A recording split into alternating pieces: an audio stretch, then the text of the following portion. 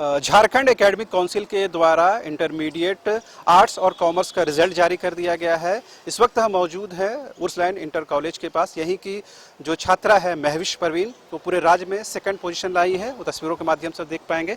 अपने पेरेंट्स के साथ, अपने गार्जियन के साथ स्कूल पहुंची हैं और जाहिर सी बात है, ये खुशी का मौका है, खुशी का लम्हा है। वो जानने और समझने के लिए यहाँ पहुंची है। सीधे हम जो सेकंड टॉपर है महविश परवीन, उनसे बात करने की कोशिश करते हैं। पहले तो अपना नाम बता दीजिए, आप कहाँ के रहने वाली हैं, माता पिता के बारे में बताइए। मेरा नाम महविश परवीन है और मैं करबला टैंक रोड रांची की रहने वाली हूँ। और मेरे पापा हैं अब्दुल रशीद और ये मेरी मम्मी है मिन्नत परवीन। और दोनों बहुत ज़्यादा सपोर्ट किया है। घर में भी, पढ़ाई के टाइम में भी कोई काम नहीं करने देते थे, सिर्फ पढ़ाई पे फुल्ली कॉन्सेंट्रेट करके पढ़ाई किया है। तो ये टोटल मार्क्स कितना आया और कितना आउट ऑफ टोटल मार्क्स था उसमें? मेरा 500 आउट ऑफ 479 आया है टोटल पे। क्या लगता है कि अगर कुछ और मार्क्स आ जाते हैं तो जाहिर सी बात है एक पायदान जो नीचे रह गई? हाँ, just for 1 marks second position हो गया, अदरवाइज फर्स्ट पोजीशन हो जाता। फर्स्ट पोजीशन में कौन? सृष्टि कुमारी। अच्छा, क्योंकि अब चश्मा तो लग चुका है आपको, तो आगे क्या सोचा है पढ़ाई लिखाई के बारे में? सोचा है सर्विस सेक्टर में, बैंकिंग सेक्टर में एंटर करने का। अच्छा, इस स्कूल में ऐसी खास बात क्या है कि हर साल किसी न किसी स्ट्रीम से टॉपर आती है? बिकॉज यहाँ पे पढ़ाई बहुत अच्छा है, रेगुलर क्लासेस होती है। मैंने ट्यूशन नहीं किया है, बिना ट्यूशन का पूरा फुल ऑन कंसंट्रेशन क्लासेस पे, लेक्चर नहीं मिस किया एक भी। सारे टीचर बहुत डेडिकेशन के साथ पढ़ाती हैं और बिल्कुल भी एक क्लास मिस नहीं होता। हम लोग के हर पीरियड में एक अटेंडेंस होता है, तो कोई क्लास बंक नहीं कर सकता है। सारे बहुत ही अच्छे से पढ़ाई होता है थ्रू आउट अपनी इसी स्कूल से पढ़ाई? जी, और थोड़ा हेल्प यूट्यूब से लिए, अदरवाइज कोई भी दिक्कत आता तो मैम लोग हमेशा रेडी रहती थी। अच्छा, थोड़ा सा एक्टिविटीज़ के बारे में बताएं, मतलब हर दिन का रूटीन क्या होता था? एक्टिविटी सुबह जैसे हम लोग का कॉलेज 7 ही बजे से रहता था, तो हम लोग उठ के डायरेक्ट आते थे। तो सुबह सिस्टर असेंबली होता था और वहाँ पे सिस्टर हम लोग को डेली मोटिवेट करती थी कुछ अच्छा करने के लिए, क्योंकि क्लासेस बहुत अच्छा है। डेली बोलती थी कि आपसे नहीं करना है और रेगुलर क्लासेस चलाना है। देन क्लास स्टार्ट हुआ, अटेंडेंस स्टार्ट हुआ, ऐसे ही पूरा चलते रहता था। और कोकुलर एक्टिविटीज़ में भी सिस्टर बहुत इंकरेज करती है। जैसे मैंने खुद ने डांस में भी, एक्टिविटी में भी पार्टिसिपेट किया है, स्पीच में भी पार्टिसिपेट किया है, पेंटिंग वगैरह सब चीज़ के लिए बहुत मोटिवेट करती हैं हम लोग के प्रिंसिपल। राशि साहब हैं, इनके पिताजी हैं। राशि जी, बच्ची का जो अपना एफर्ट है वो आप लोगों ने किस तरह मेहनत की? मेहनत तो हम लोग बहुत की है बच्ची के ऊपर।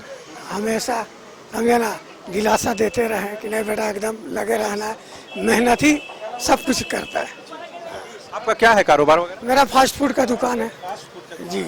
कहाँ लगाते हैं, कोई ठेला वगैरह लगाते हैं? नहीं, अपना दुकान है यही राज मेडिकल के सामने। अच्छा, एक फास्ट फूड के दुकान चलाते हुए बेटी को पढ़ाना कितना मुश्किल होता है? फिर भी हिम्मत है सर। पढ़ाई लिखाई के दौरान कुछ आप बच्ची को कुछ परेशानी आती है, कैसे मोटिवेट करते कुछ ना, सब कर लेते हैं। माँ का रोल तो सबसे इम्पोर्टेंट होता है। मेरा बहुत बड़ा सपना था कि ये टॉप मतलब 1 में आए, लेकिन अब ऊपर वाले की मर्जी, ये नहीं। हाँ, 1 मार्क्स के लिए पीछे हो गई, खैर कोई बात नहीं है, बहुत खुशी है। मेरे तरफ से फुल मतलब कि एकदम छूट था, खूब पढ़ाई करो और आगे निकलो। आप क्या करती हैं? आप हाउस वाइफ।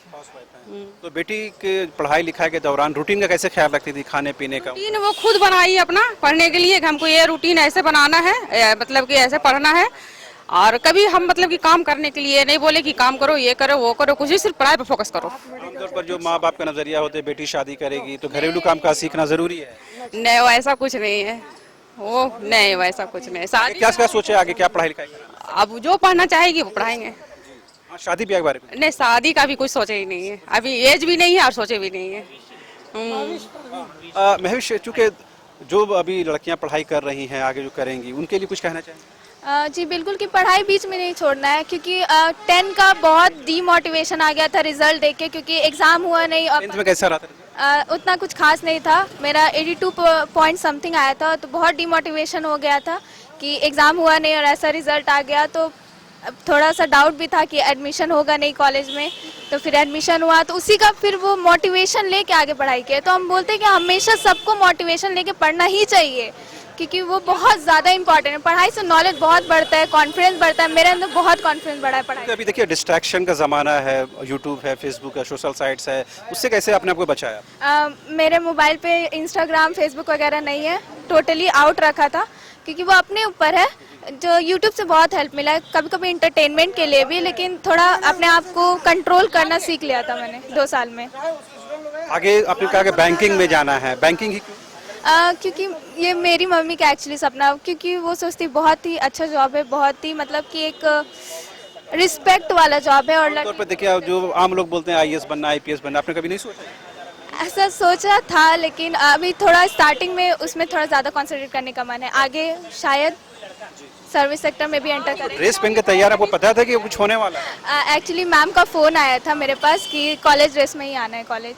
तो रिजल्ट से पहले ही बता दिया गया? नहीं, बिफोर रिजल्ट नहीं, अभी थोड़ी देर कॉलेज रिजल्ट निकलने के बाद कॉल आया था घर पर। तो अब बेटी को जो छूट आपने दे रखा है वो कंटिन्यू रहेगा या? हाँ नहीं कंटिन्यू रहेगा, मेरे तरफ से कंटिन्यू रहेगा। जो करना चाहेगी लाइफ में वो करेगी, और शादी का कोई टेंशन नहीं है। शादी आपके लिए बड़ी खुशी की बात है, पिता के बाप के तौर पर, वालिद के तौर पर बहुत खुशी की बात है। तो आपकी एक ही बेटी है और जो एक और है, एक बेटी और है, वो क्या कर रही है? वो भी पढ़ी, इस बार मैट्रिक का एग्जाम दिया, 85 कितना है, 40% लाई है। जाहिर सी बात है, एक वालिदैन के तौर पर, एक माँ बाप के तौर पर बेहद खुशी का दिन है जब उनके घर से, उनके परिवार से कोई बच्चा हो या बच्ची हो स्टेट लेवल में अगर कोई रैंक हासिल करता है, चाहे फर्स्ट हो या सेकंड हो या थर्ड हो, तो जाहिर सी बात है बहुत खुशी होती है। उनकी जो तपस्या होती है, सालों की मेहनत है, वो रंग लाती है।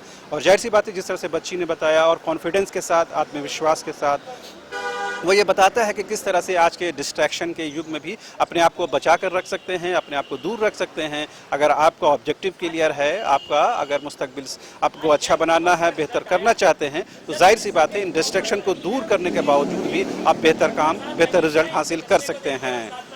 इस वक्त जिस तरह तमाम स्कूलों में रिजल्ट आने के बाद खुशी है, उस लाइन में भी उसी तरह खुशी है, लेकिन जो कि यहाँ के जो टॉपर्स हैं उनमें कुछ ज़्यादा खुशी हम महसूस कर रहे हैं। फिलहाल आप देखते रहिए न्यूज़ बाइस्कोप।